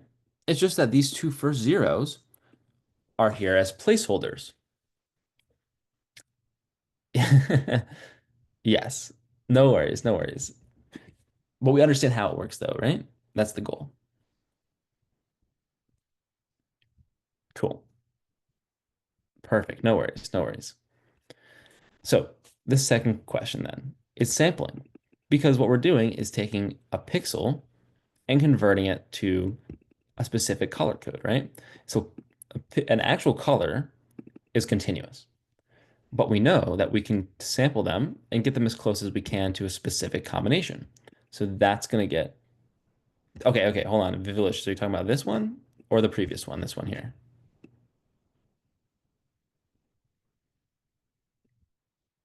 Talk about this one? Binary one. Okay, no worries. So we'll do one more time. So what we're doing here is converting this number from binary to decimal. So when we did that, all we're doing is this algorithm here where we said, for example, take this and add up all the ones that are on, right? So for example, this one, 2 to the 0th is not on, so we're not going to focus on that. 2 to the 1 is on, so we'll add up 2, and then 2 to the 2 is not on, but 2 to the 3 is. 2 to the 3 is 8, so that's going to be 8 plus 2. See how we're doing that? Are we good with that algorithm?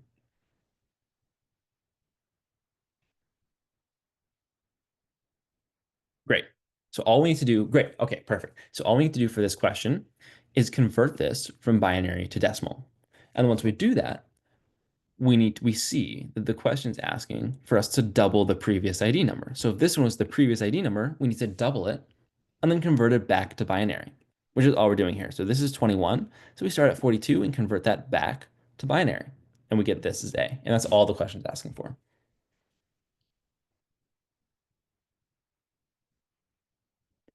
Gotcha. No worries. No worries. No worries.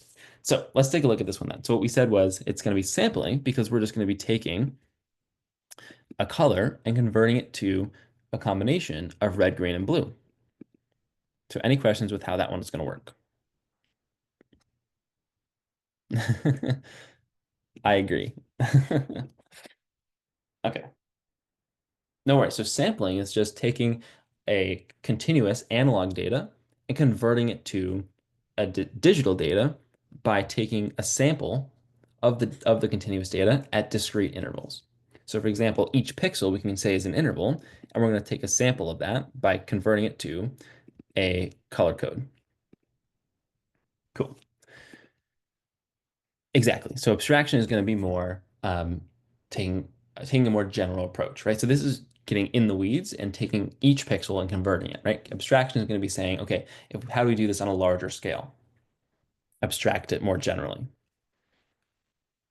Okay, so let's skip this and just go straight to here because we don't have a lot of time. But well, here we'll say this. Lossless compression is going to be the one that, if we're compressing a file, for example, is going to not lose, right? It's less, right? It's going to be lost less. So we're going to lose less.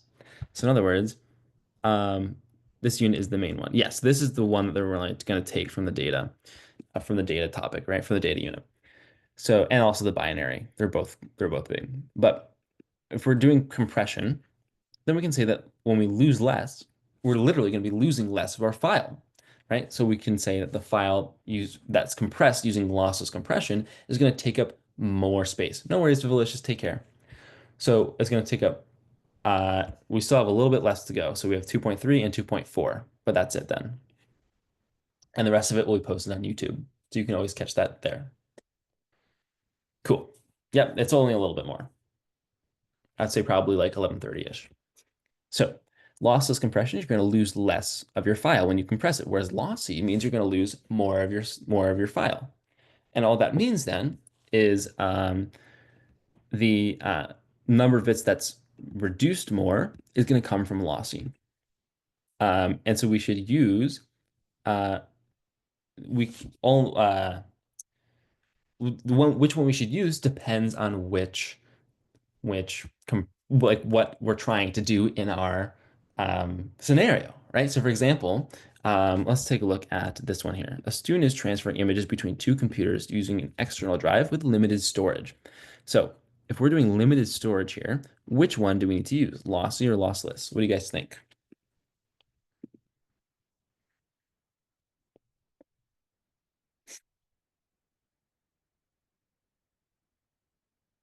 So limited storage means that we're going to need to lose as much as we can, right? Because yes, it's going to be lossy, right? Because if we don't have a lot of storage to use, right? If we have limited storage, then we need to actually be able to like, lose as much of the space as much of the file as we can in order to make it fit onto the drive, right?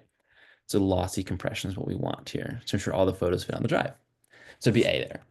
Um, can somebody think of a situation where we would want to use lossless instead? No worries. So the major difference between them is that lossless is literally that you're losing less, right? You lost less. So you're losing less of your file when you compress it. Whereas lossy is you're just losing a lot of them. So um, the different algorithms, you just need to be able to say, like, given a scenario, which one should I use? When a crime investigator, oh, that's a perfect one, Nandini. Yeah, when an investigator, like a police investigator, is sending a crime scene image, yes, that's a great one because you need to be able to see all the details in the crime image, right? So I would use then a loss less one because you're going to lose less of your image. Great. So you have 200. Yes. So you have 200. So you don't have a lot of space. Then you're going to want to use your lossy compression, right? If we type in like acronym, is that lossless too? What do you mean by that? Yes. So yeah, you could say so. So when you, yeah, I see what you're saying. So when you're doing like text chat, right? WID or RN or something like that. Well, it's kind of hard to say, right? Because these specific compression algorithms, these are algorithms that have been developed already, and people just use in order to say, you know, compress certain files. So when we say like specific, compressing our text, for example, our speech, that's going to be more difficult to quantify because we're not relating it to any other thing, right? So, for example, converting it, say I have two algorithms, right? Algorithm one that compresses what are you doing to what are you doing? Whereas algorithm two compresses uh, what are you doing to say what you doing, right? So we're getting rid of the R, for example, right? Or to doing, sure, right? What, whatever, right? We can say then we can have now that we have two algorithms, we can actually compare them and say, okay, well, this one's going to be the more lossy one, whereas this one's going to be the more lossless one. You see what I'm saying? So in order to compare two algorithms, you actually need to have the two algorithms to compare to. Does that make sense? Okay, hopefully. So extracting information from data. So this is a cool graph that I like to show, right? Digitally, yes, so lossless is reversible. So um, the idea though is that you can just tell like which one, based off a given scenario, which one is going to be the more important one to use. So Um, digitally processed information or data may show correlation between two things. So, for example, this is a digitally processed graph, right? We've created this graph digitally, and we see that popularity in the first name Thomas correlates pretty strongly with the motor vehicle thefts in Maine, right? So it's a pretty interesting thing to use, right? Because we see that there's a strong correlation here that's revealed to us by digitally processing some data. But does that mean that the two variables cause each other? No, right? So that's something that we have to take in consideration. Okay, what's metadata? Can somebody give me a definition of metadata?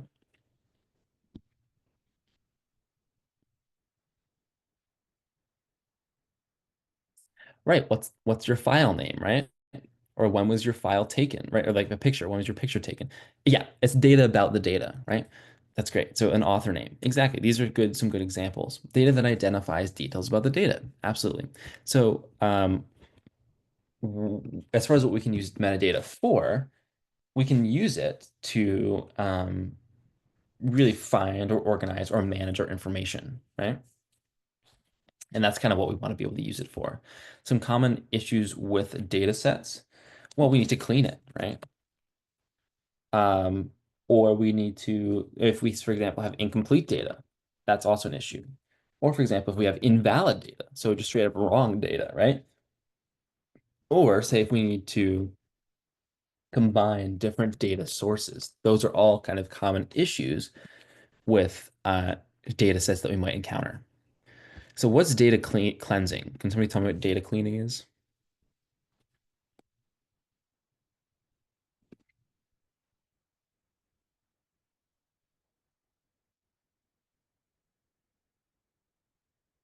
Yeah, it's going to be correcting the data or filtering out the unnecessary data. Yeah, exactly. So we can say it's going to be kind of um, making the data more uniform, but without changing the actual meaning of the data. So, for example, um, replacing all the equivalent abbreviations, spellings, or capitalizations with the same word, right? So, for example, if we collect a survey and somebody says the word yes, but somebody else says the word yes, like that, well, they're both the same, right? So we can just convert them all to the word yes.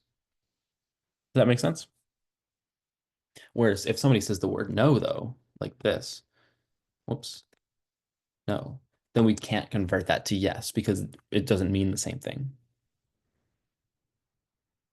Oh, hello, hello. You guys good? Can you guys hear me? Okay, no worries. Great.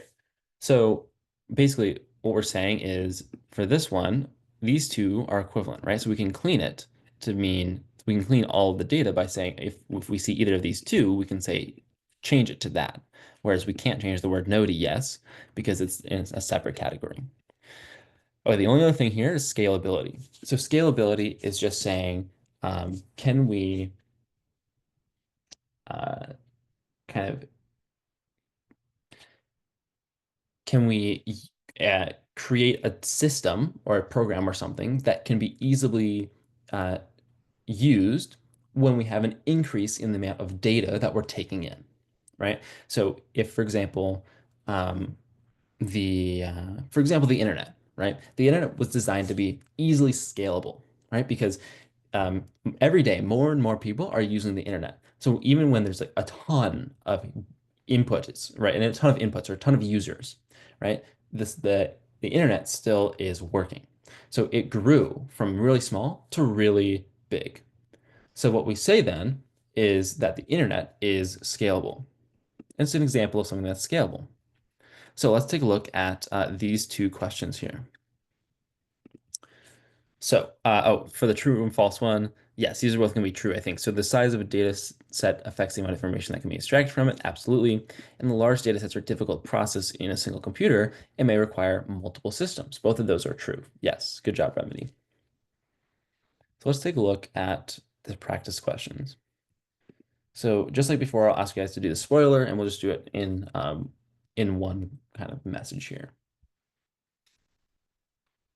So a marketing team is designing a customer feedback survey to evaluate satisfaction with four new product designs.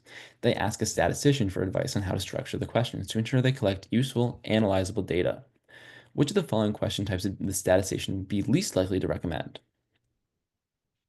On the next question, a teacher is analyzing student submissions through their online digital classroom. Which of the following is not an example of metadata associated with a student's submitted assignment file?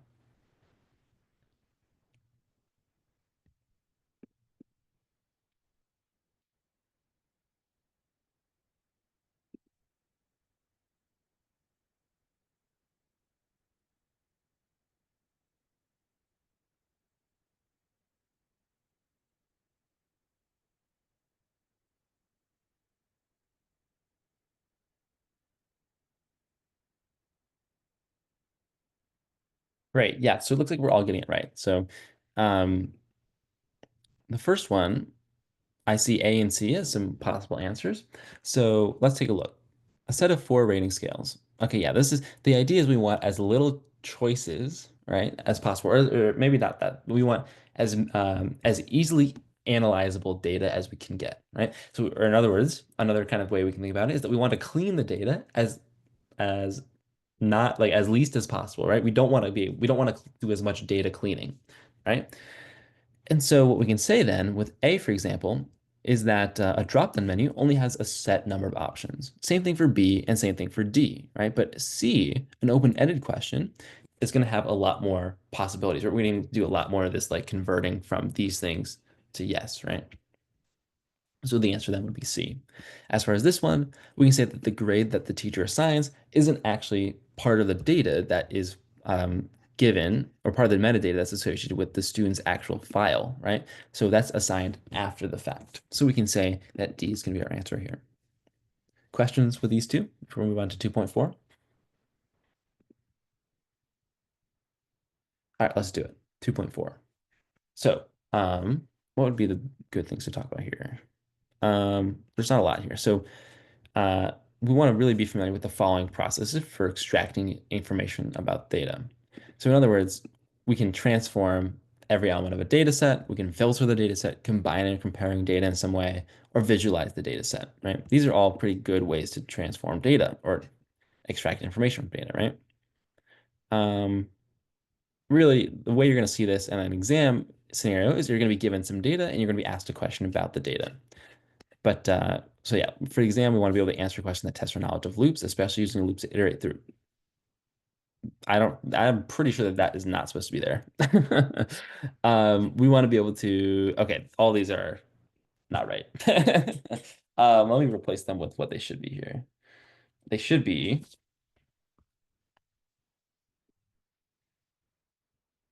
we want to be able to extract information from data using a program.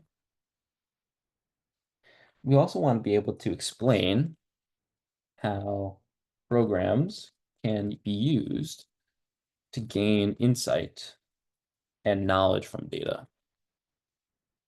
So it's pretty straightforward.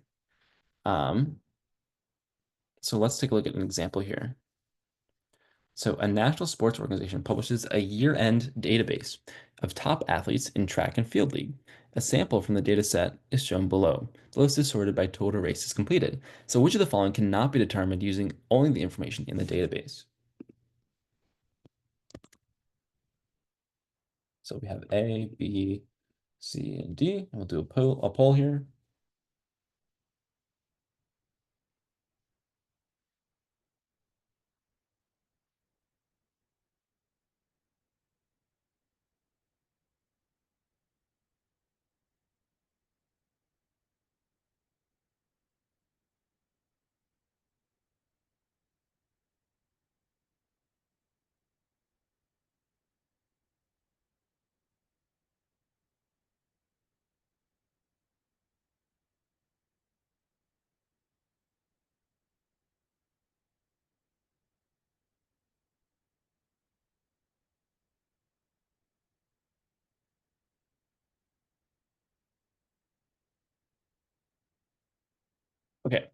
So it looks like D is coming out as our winner.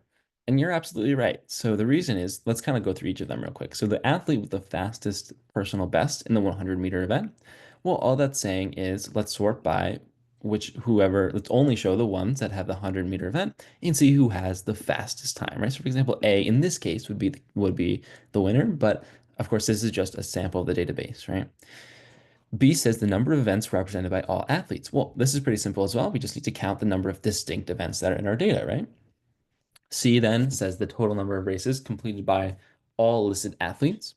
All that we're doing here is counting the number of races completed by all the athletes. So just summing this column here. But D here says the name of the athlete with the slowest time in their fastest race. Well, the only thing we have to go by is their personal best, right? So if we only have their personal best, then we can't actually tell um, what their slowest time is, right? Because we only have their best time. So that's why D is going to be our answer here. So any questions with this one? Okay, cool. Well, then that's going to be pretty much it, guys. I can give you guys this small Google form here if you'd like to take a look. All this is a practice of, I think, 5 or 6 questions. So there's 2 more output tracing ones. And there are 4 different questions here. Yeah, absolutely. I can go over the 2 questions again. So you guys are welcome to do this one if you want, while we go over these last 2 again. Um, but yeah, feel free to do that. Also feel free to fill out this form as well. If you guys would like to give me any feedback, positive or negative, or criticism, I don't really care. I'd be happy to take a look, and I always value you guys' feedback. I try to use your feedback to make these lectures better, so I would appreciate if you could take the time to fill it out. But other than that, if you guys are welcome to do this activity on your own. I don't think we're gonna have time to do it here though. And here's some more resources for you guys as well. So you guys can come to this doc and look at these resources if you guys want. Other than that, thank you guys so much for joining. Vivalicious, let's go over, and if anybody else wants to go over the last 2 questions again with me, then you guys are welcome to stay. But otherwise, thank you again so much for joining. Yes, of course, Big Monkey. No problem. Yeah, thank you guys again so much for joining. Let's go over the last 2 questions again. Yes, of course, SV, take care. Yep, no problem, Remedy. See you later. Yes, the 1 PM. Only 40 seconds? What do you mean? Yes. So I believe it's 2 hours. Yes. So I believe it's 2 hours to have 70, 2 hours for 70 questions. Oh, yeah. So actually that's more than that, isn't it? It's 120 divided by 70. So it's an hour. It's a minute and 7. Yeah, my bad, my bad, my bad. A minute and 40 seconds. That's what I was thinking of. Yeah. Sorry, I missed the minute. Yeah, you have a little bit more time than that.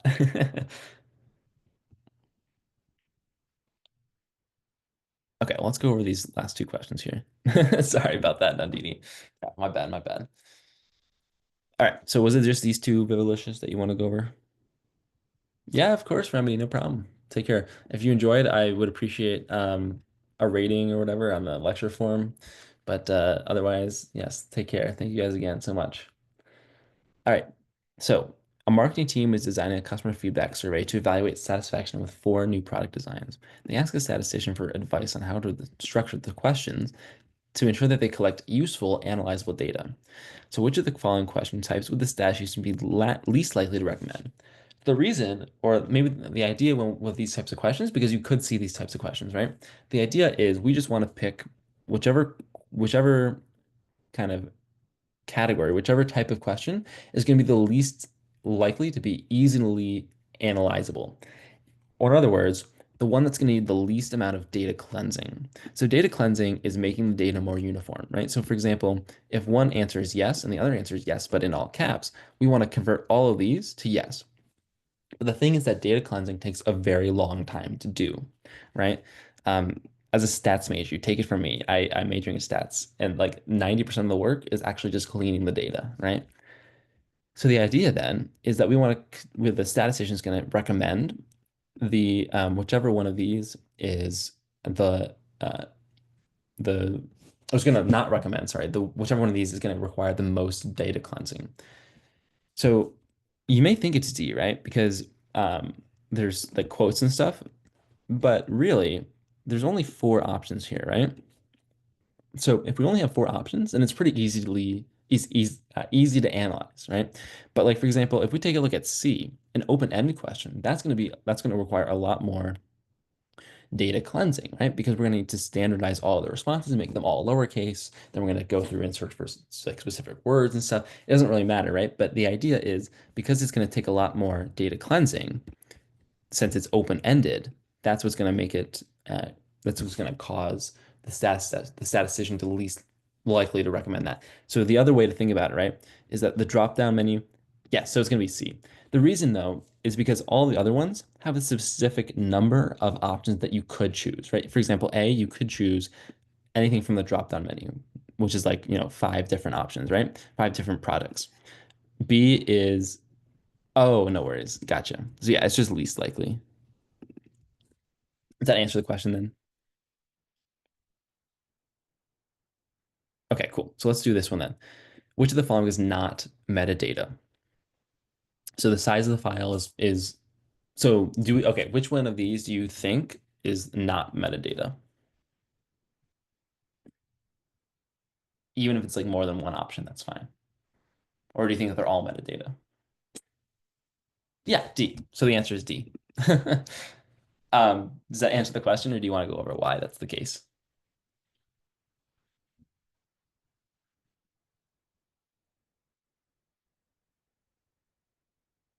Oh, gotcha. Yeah, no worries. Yep. So yeah, it's just D because that's assigned after the submission is reviewed, right? So it's not actually part of the assignment itself. So it's not metadata. Cool. Any other questions? No problem.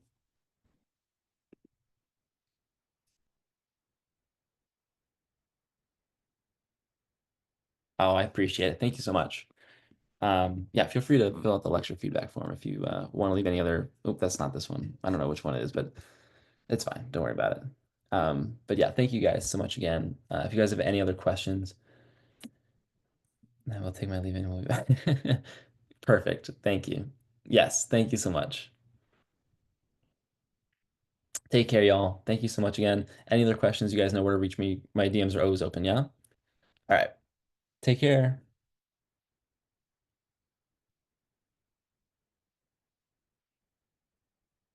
Yeah, of course. Take care. Bye bye.